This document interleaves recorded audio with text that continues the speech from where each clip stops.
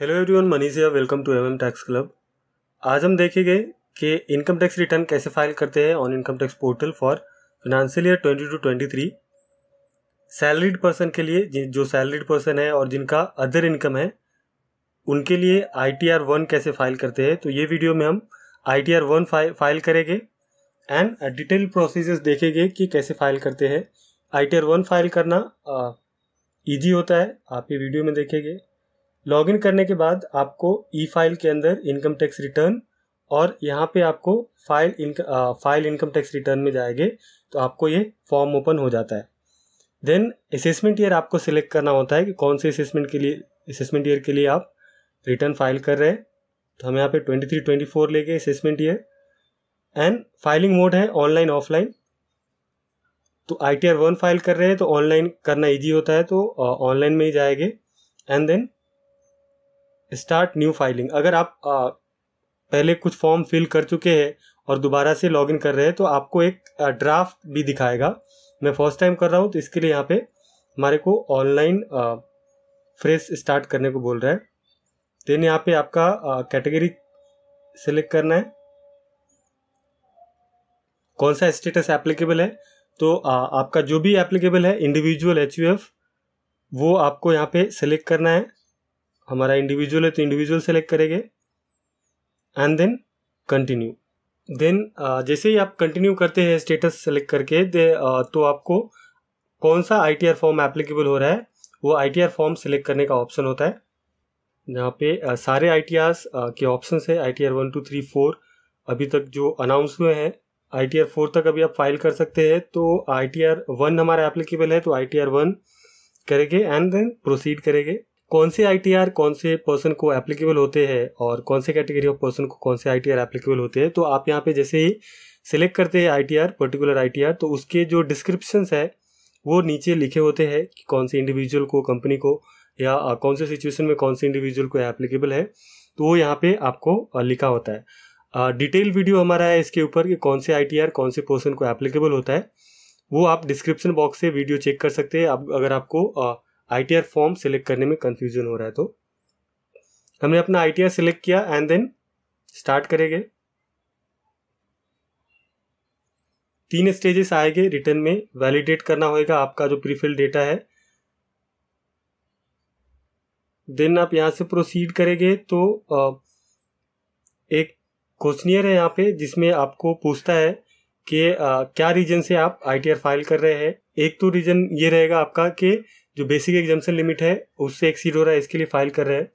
दूसरा 7th proviso to section 139 के अंदर, जहाँ पे कि एक लिमिट्स होते हैं कि आपके जो एक्सपेंसेस है वो ये लिमिट्स क्रॉस करते हैं, तो उसके बाद आपको मैंडेटरी फाइल करना होता है इनकम टैक्स रिटर्न, वेदर आपका जो बेसिक एग्जाम्पशन लिमिट है वो एक्सीड हुआ है या फिर नहीं हुआ है।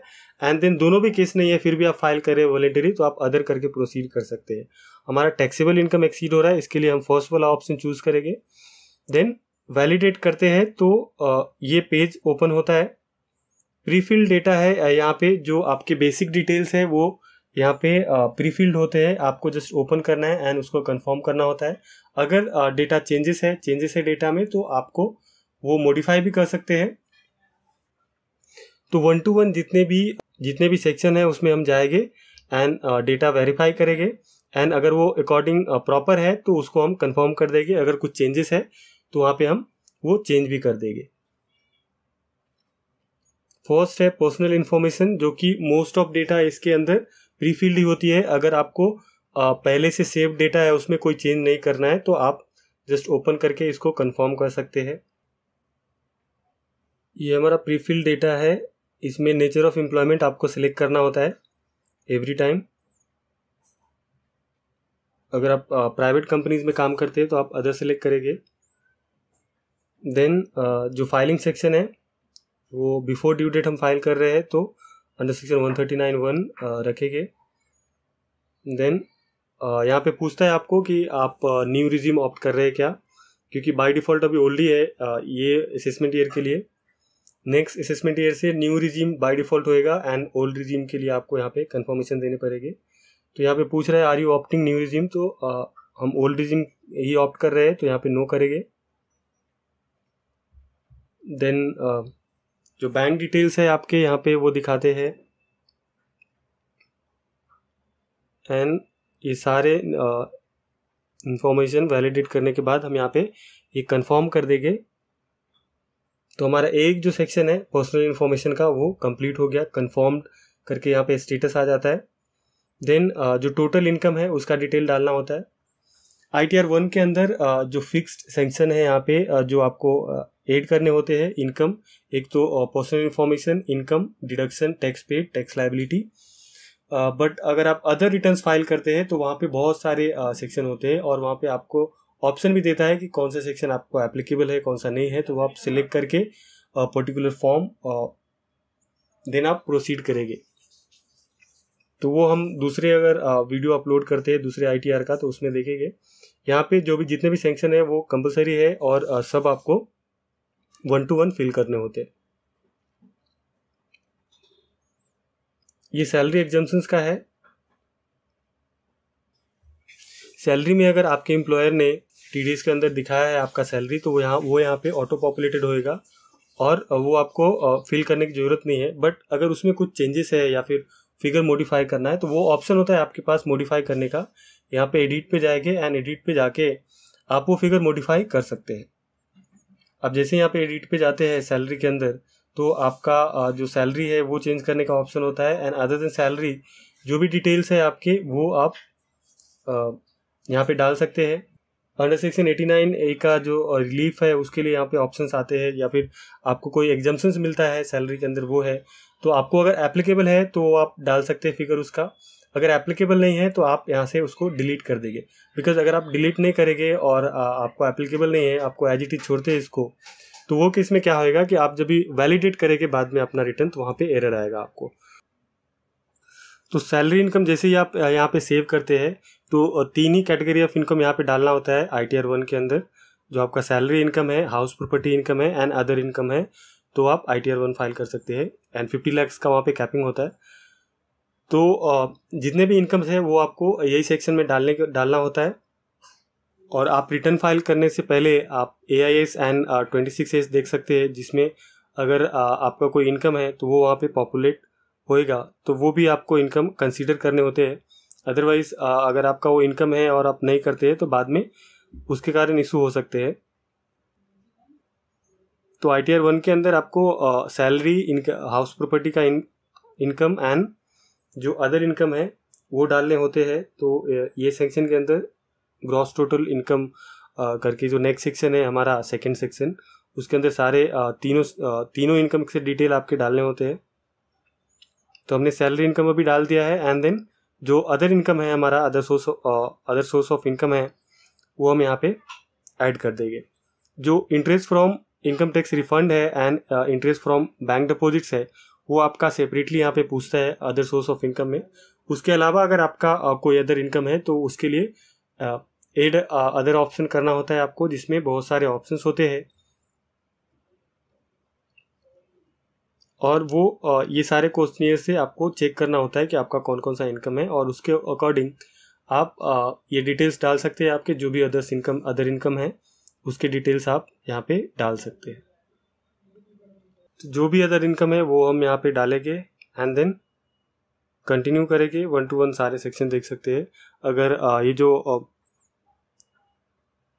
डिटेल्स दिए हुए हैं इनकम्स के उसमें से नहीं है तो आप अदर्स में जाके डिटेल्स डाल सकते हैं अदर इनकम के, और वहाँ पे डिस्क्रिप्शन आपको डालना होता है कि कौन सा अदर इनकम है।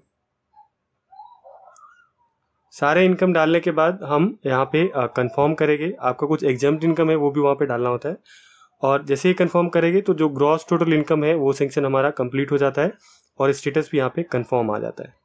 देन हम आएंगे नेक्स्ट सेक्शन में डिडक्शन का। बिकॉज हम ओल्ड रिजिम हमने ऑप्ट किया है, तो डिडक्शन आपका जो भी है ATC के अंदर, ATD के अंदर जो भी डिडक्शन है आपके वो यहाँ पे सारे डिडक्शन ये सेक्शन के अंदर डाल सकते हैं।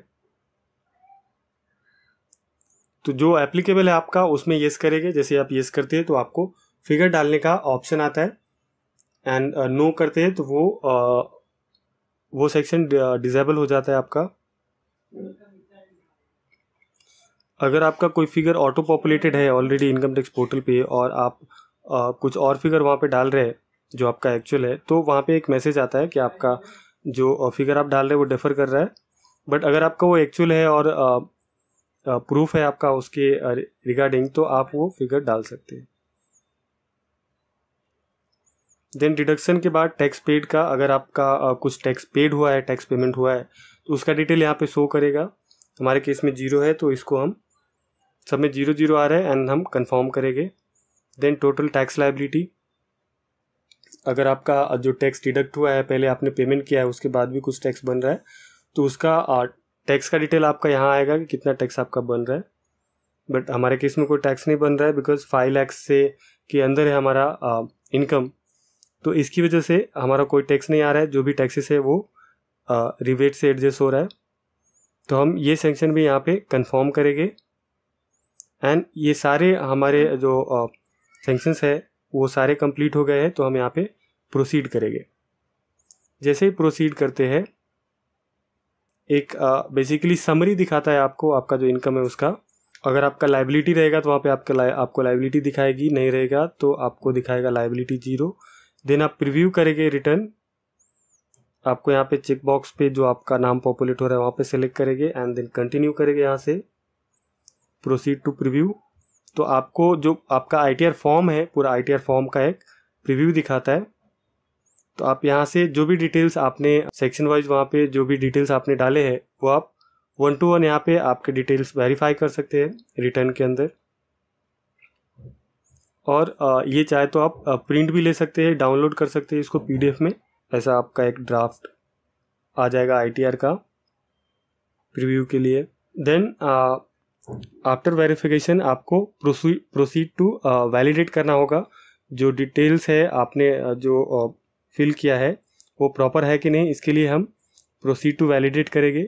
अगर कोई एरर है तो आपको यहाँ पे एरर दिखाएंगे। अभी मैंने किया तो एक एरर यहाँ पे आ रहा है जहाँ पे डिस्क्रिप्शन एरर कुछ तो है। आप जैसे यहाँ पे जो एरर है वहाँ पे आप क्लिक करेंगे तो जहाँ पे एरर है वहाँ पे आ जाता है। ATD में हमने कुछ सेलेक्ट नहीं किया था तो इसके लिए वो एरर आया है, तो हमारे को यहाँ पे नो सिलेक्ट करना पड़ेगा बिकॉज हमारा कोई डिडक्शन ही नहीं है वहाँ पे ATD के अंदर। तो हम जो भी एरर है वो करेक्ट करेंगे, एक है एक से ज़्यादा है, जो भी एरर है वो हम 1 to 1 करेक्ट करेंगे एंड देन सेव करके प्रोसीड करेंगे। आप एरर करेक्ट करने के बाद सेम प्रोसेस आपको फॉलो करने होते हैं। वापस आपको प्रोसीड करना है एंड देन आपका जो समरी है इनकम का, वो इनकम का समरी दिखाएगा। देन आपको प्रीव्यू रिटर्न करना है और रिटर्न प्रीव्यू करने के बाद आप वापस से वैलिडेट करेंगे। अभी हमारा वैलिडेशन सक्सेसफुल दिखा रहा है बिकॉज अभी कोई एरर नहीं है ITR के अंदर, तो ये वैलिडेशन सक्सेसफुल दिखाता है। इसके बाद आपको वेरिफिकेशन के लिए जाना है, तो फॉर्म आपका सबमिट होएगा एंड वेरीफाई कर सकते हैं। E-वेरिफिकेशन होता है, आप यहाँ पे ऑप्शन है कि वेरीफाई अभी कर सकते हैं सबमिट करने के टाइम, या फिर वेरीफाई बाद में भी कर सकते हैं। ITRV के थ्रू जो भेजना होता है स्पीड पोस्ट के थ्रू, उसके थ्रू कर सकते हैं। 3 ऑप्शन है।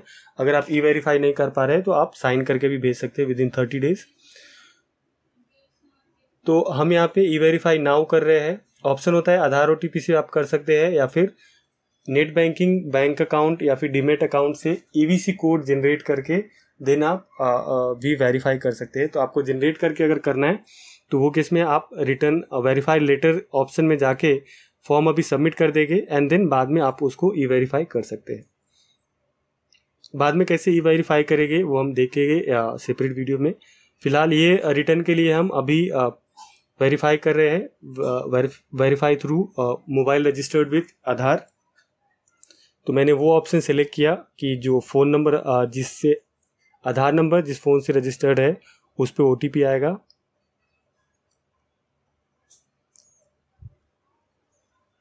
तो आधार OTP से या फिर डिजिटल सिग्नेचर से आप ये वेरीफाई कर सकते हैं। तो जो OTP आया है हमारा फ़ोन पे, वो OTP के थ्रू हम इसको वैलिडेट करेंगे। और जैसे ही करते हैं तो आपको सबमिट करने का कंफर्मेशन पूछता है, कंफर्म सबमिशन ऑफ रिटर्न। और जैसे ही आप सबमिट करते हैं तो आपका रिटर्न सबमिट हो जाता है। दैट मीन्स आपका जो रिटर्न है वो फाइल हो गया। और जो भी आपका रजिस्टर्ड फ़ोन नंबर है एंड जो मेल ID है उसके ऊपर जो ITR फॉर्म्स होते हैं एक्नॉलेजमेंट, वो आपको इनकम टैक्स डिपार्टमेंट की तरफ से मेल पे आ जाते हैं, या फिर आप यहाँ से डाउनलोड भी कर सकते हैं आप जो आपका ITR एक्नॉलेजमेंट है एंड ITR फॉर्म्स है।